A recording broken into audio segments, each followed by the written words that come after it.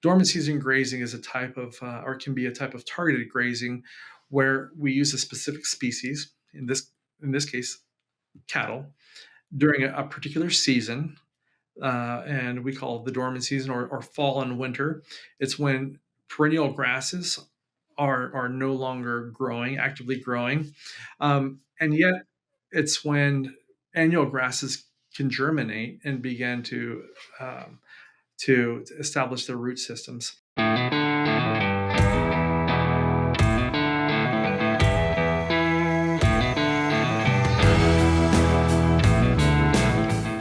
right, Sergio, thanks for jumping on the podcast today. We're really happy to have a colleague from the eastern part of the state, totally different environment that I deal with on the western end of Oregon.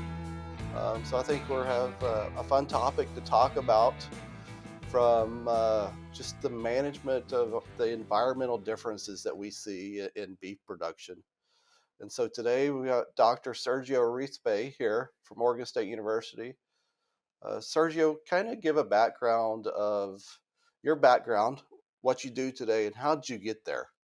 Oh wow, yeah. Thanks, Travis, for having me on the podcast this afternoon. It's great that we can connect and just talk about beef cattle systems and what Oregon State University is doing out here in the Pacific Northwest.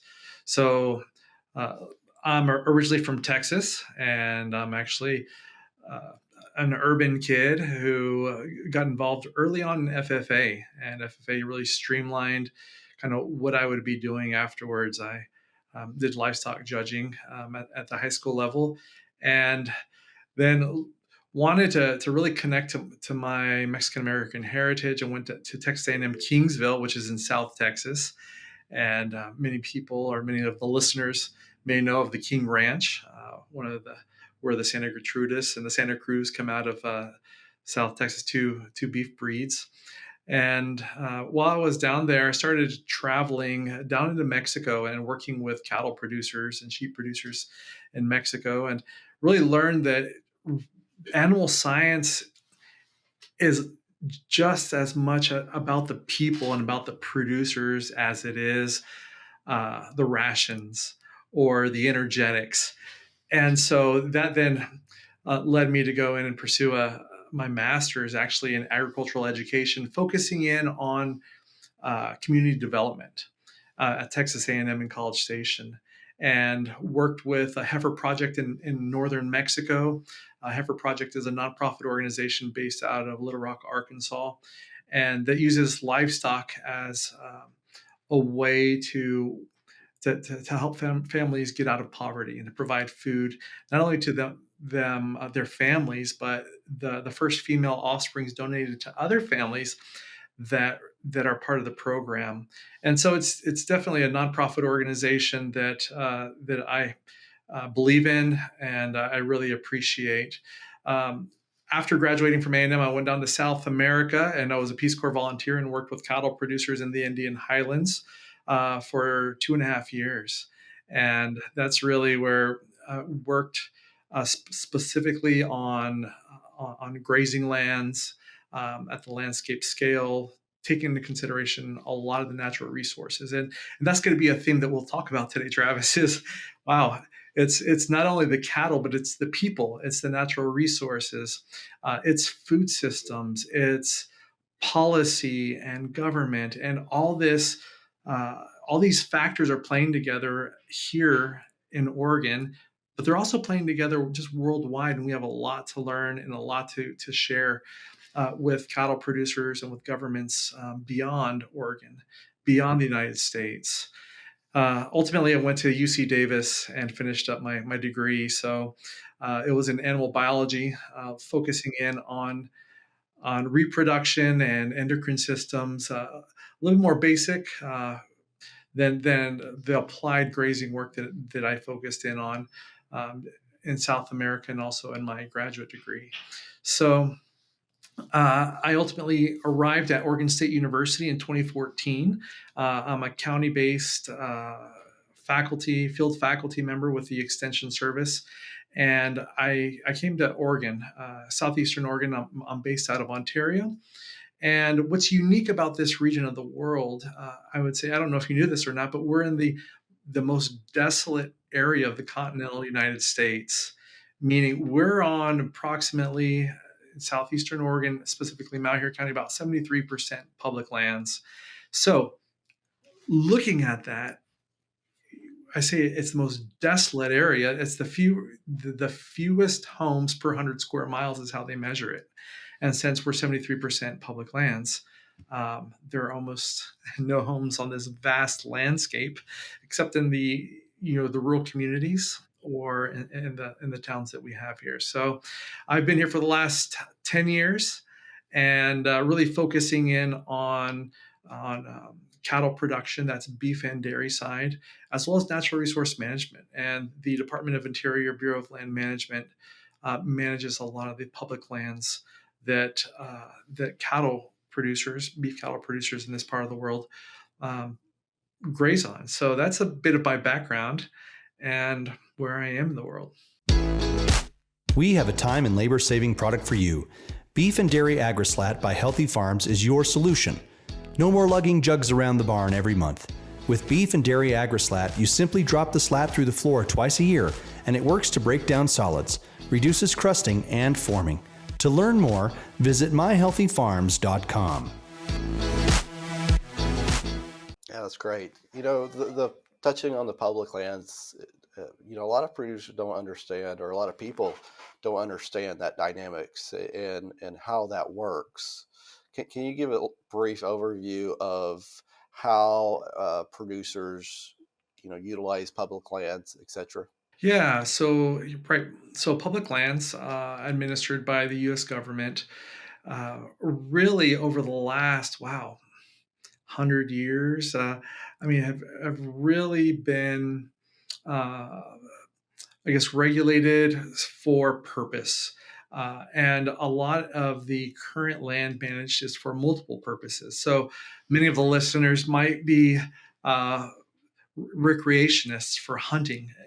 Hunting is huge in our part of the West. Fishing, I know you like fishing, Travis, and you need to come out here sometime. And just for those listeners out here, the Owyhee River has an incredible fishery with a lot of brown trout. But not only that, but there's also a recreation with hiking, camping, ATVs, and rangeland-based businesses and grazing is critical for a lot of the ranching operations around here. And it's for beef production, but also I really want to point out it's also natural resource management. And it's cattle as the herbivores, as being able to consume grass and convert that to a consumable product and beef for our population, and also just the global demand for beef. I think that's a great segue into the topic that we'll talk about is fine fuels and the benefit that livestock bring to managing fine fuels. And that's really a big thing in Oregon because our fires, right? So we're moving into the summer seasons where we'll have a lot of wildfires. And one of the greatest tools we have is how we manage those landscapes using, herbivores, ungulates to actually graze those and manage those fine fields. You want to touch on fine fields management and what's going on in Eastern Oregon? Absolutely. So whenever I arrived in Malheur County in 2014, like many extension service personnel, I conducted a needs assessment, and that needs assessment really highlighted several factors. One is there was an issue with drought, and Mhm. that's coming off of a severe nationwide drought that we had back in 2014. It also highlighted just recurring wildfires and a lot of the landscapes and a lot of forage on landscapes being devastated, which then uh, negatively impacted families, family ranches, rural community, rural heritage. And so, um, as many of the listeners know, the southeastern Oregon is a part of the northern Great Basin. It's the sagebrush steppe. Um, And what it's characterized for is for our we get a little bit of precip in this part of the world. We get 8 to 12 inches of precip a year, and we're really not up where there are a lot of trees. Rather, with such little precip, we have shrubs, and historically have had bunch grasses. And these shrubs and bunch grasses have really provided the proper habitat for pronghorn antelopes, for deer, for elk, for songbirds, and also for sensitive species like the greater sage grouse, which has been in the headlines over the last 10 years. Yep. And this ecosystem is directly important for our watershed health and for the reservoirs and for our streams and rivers.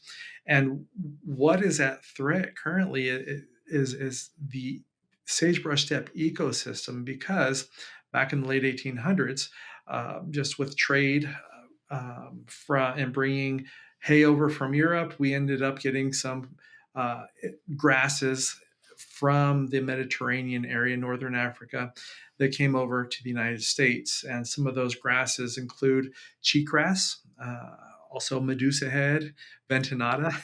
And those grasses really, over the last 100 plus years, have taken hold of different ecosystems. And within the northern Great Basin, in particular, where at lower elevations where it's hotter, there are warmer soils, these grasses just thrive.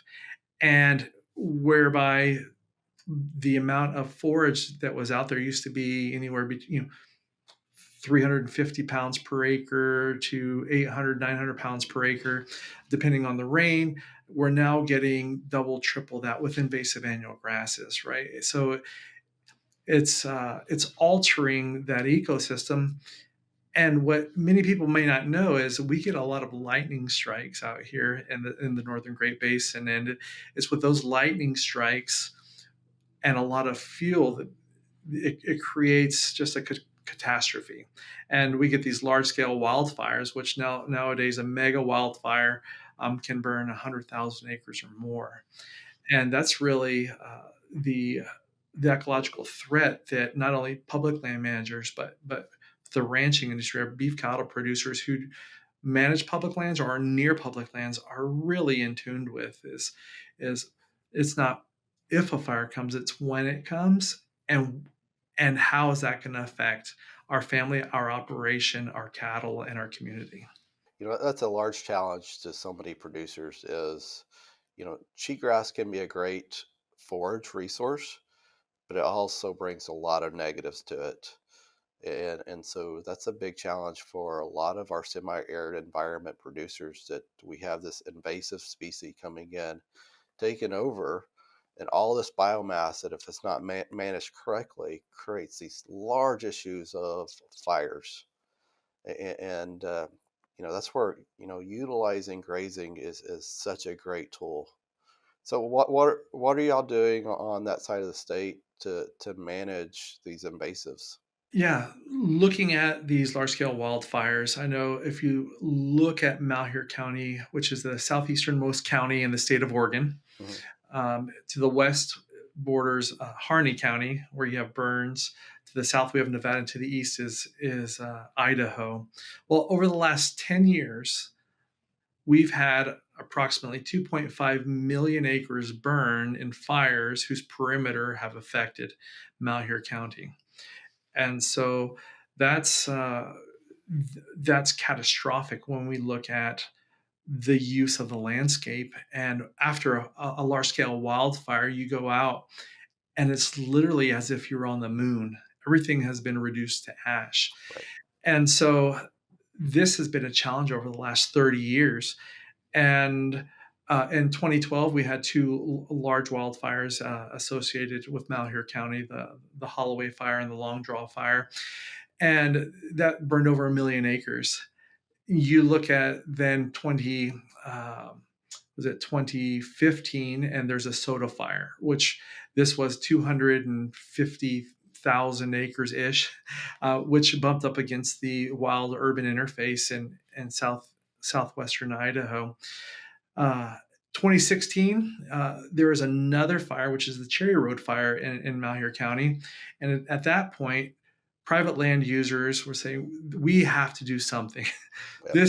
This has been going on. These wildfires are getting closer to our homes, our families, our communities, and it's really destroying the opportunities for us to continue our family grazing, our family ranching operation. So they approached these producers in southeastern Oregon, approached the Vail District Bureau of Land Management, who was also considering, wow, how can we be better stewards of the land? How can we manage these large scale wildfires? And as you pointed out, grazing a viably option tool to implement on the land at a landscape scale on tens of thousands, if not hundreds of thousands of acres. If you look at other tools such as herbicide, you look at reseeding, and those are going to be just too expensive to implement at that Correct. scale. So the Vail District BLM, with grazing permittees in southeastern Oregon, came to the Oregon State University Extension Service, to my office, and met with me and really pointed out, like, Sergio, we want to look at addressing this issue. Specifically, we want to look at implementing a grazing scheme in order to manage these annual grasses to mitigate risk for wildfires in the future. And at that time, the secretary under the Obama administration had Secretarial Order 3336, which really highlighted targeted grazing as an option that the Department of Interior could implement out on the landscape. And so, what the Bureau of Land Management highlighted was, we want to look at dormant season grazing. Dormant season grazing is a type of, or can be a type of targeted grazing, where we use a specific species, in this case, cattle, during a particular season, and we call it the dormant season, or fall and winter. It's when perennial grasses are no longer actively growing, and yet it's when annual grasses can germinate and begin to establish their root systems. So we've particularly looked at kind of late fall, winter grazing to really disturb that annual grass growth. And in 2017, the Bureau of Land Management allowed us to focus in on one particular pasture on the Vail District BLM. 2018, we went through what was called a scoping process. So I worked with the Vail District Bureau of Land Management, as well as with grazing operators, to generate a plan. We put that plan forth to the public through a scoping period, a 30-day scoping period, where we let the public know, like, this is an option. These are our goals. We want to restore these degraded rangelands in southeastern Oregon on the Vail District BLM, so that we can give those perennial bunch grasses and the sagebrush an opportunity to come back. And Travis, we put that out there, and we got very few dissents, right? Very few comments. So, which to me, that's to say that, wow, I mean, this is something that either the public is not aware of, or they weren't going to dissent to our practices. And so we got authorization ultimately by the Vail District BLM to implement that. And since 2018, we've been able to graze about 23,000 acres. There's 3 pastures on the Vail District BLM to reduce the annual grass biomass and give the perennial bunch grasses the opportunity to come back. And not only that, but also to look at what are the effects of dormant season grazing historically when cattle aren't typically out on public lands. Yep. And so that project is at least a 10-year project that we've been looking at. And Will Price, who's originally from Malheur County and now an Oregon State University Extension field faculty, out of Baker and Union counties. That's his PhD project, is to look at that. So that's kind of something that we're doing here, and it's really bringing together the Vail District BLM, Oregon State University Extension Service, grazing operators, the U.S. Fish and Wildlife Service, NRCS, local soil and water conservation districts. We're all meeting to be strategic, uh, to mitigate the risk of fine fuels on these landscapes here in Malheur County. No, that's great. So many times we in academia live in a vacuum of our research fields, and that this is a really good example of the system that producers actually live in. And so it really gives the ability to answer questions directly of those challenges that they're faced with. um, I think one is you probably need to step back a little bit in describing what is your traditional grazing practices that occur on public lands, because you have a definite time line of being on your public land allotment, Absolutely. and so this is totally outside of that box of what is traditionally allowed. Absolutely. And in this part of the US, um, the traditional, there's always exceptions to the rules, as you may know, Hmm. but Hmm. the traditional is, April, beginning of April, uh, permittees are allowed to place animals out on public lands. And they'll typically rotate pastures, and they'll work with the Vail District BLM, or the Bureau of Land Management, in order to, in deferred rotations. So grazing doesn't occur during spring, early spring every year on the same pasture. Right. So there's typically a deferred rotation system, and they'll move animals between pastures, depending on the size. And sometimes they might combine their animals with other herds and with other owners. And so, at times it's multiple families, or multiple livestock owners, and they rotate pastures between April and typically November 1. Right. And so those are times that are associated with a permit, which is a very public process, um, that's regulated, and uh, that gives, you know opportunities for those users. And what I'm talking about is after that. So this gives authorization actually to Oregon State University, and the Vail District BLM and Oregon State University has identified me here, in Malheur County as the land manager between October 15th and February 28th, to administer any treatment.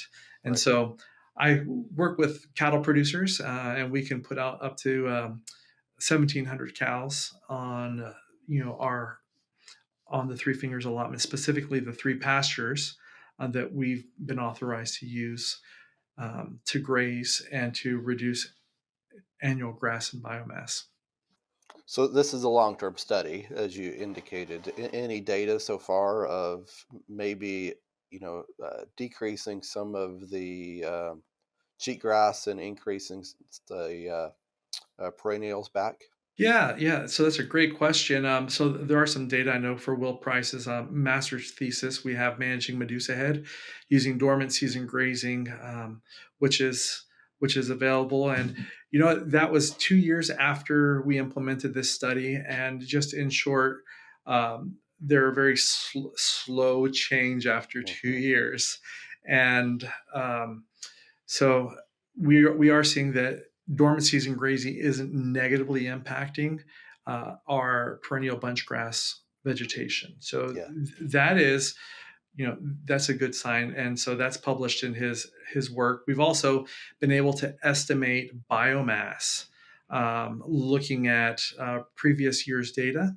So biomass, and when I say biomass, we're talking about previous year, plant material as well as current year plant material. Hmm. And this is predominantly a grass system with invasive annual grasses and perennial bunch grasses.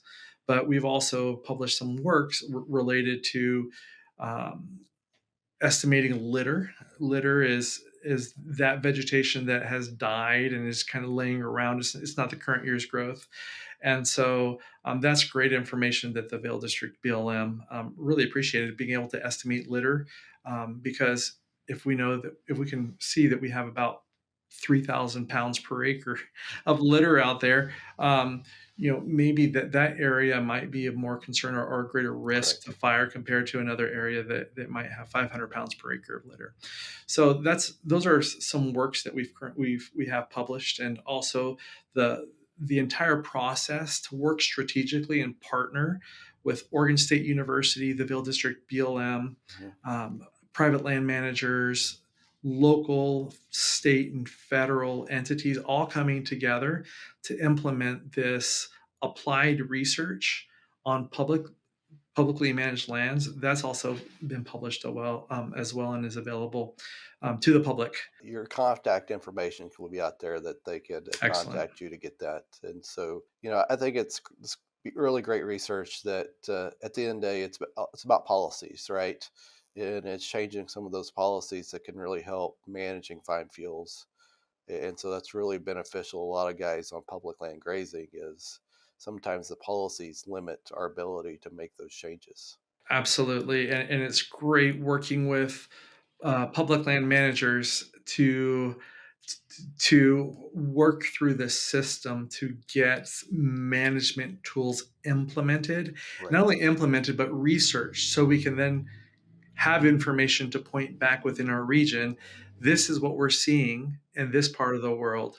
And so just working collaboratively Yeah. ultimately is the biggest point that I'd like to really emphasize, No, that's Travis, great. and building that trust between all those entities. That's a very important part. It's time for our famous three. So, Sergio, to wrap us up, I got 3 questions for you. And so, one is, what is your go-to beef resource? All right, so for me, my go-to beef resource, since I'm out west, has to do with it's called the Yellow Book. Historically, it's the Western Beef, published by the Western Beef Resource Committee. Some people may know the Cow Calf Producers Handbook, and so that's my go-to resource. It's something that's been out there for a while. Yeah, that's a great resource. So, what is one book or one recommendation you have for people to read or go to utilize? That's a non-ag related book. Oh man, that's a great that's a great question. You know what? That's a non-ag book, but yet every day we're involved in giving and taking negotiations, and whether or not we do something or not. And there's a book out there that I really enjoyed by Chris Voss. It's Never Split the Difference. Mm-hmm. And so, it just brings the context, just so many decisions and engagements that we have. I'd like to put that out there for the listeners. No, that's great. And lastly, in your opinion, what sets apart a successful beef professional than those that are not successful? I would say one of the things that sets aside a successful beef producer is being willing to adapt and change perspectives, and also to learn what's going on outside of your region, outside of your country, Yeah.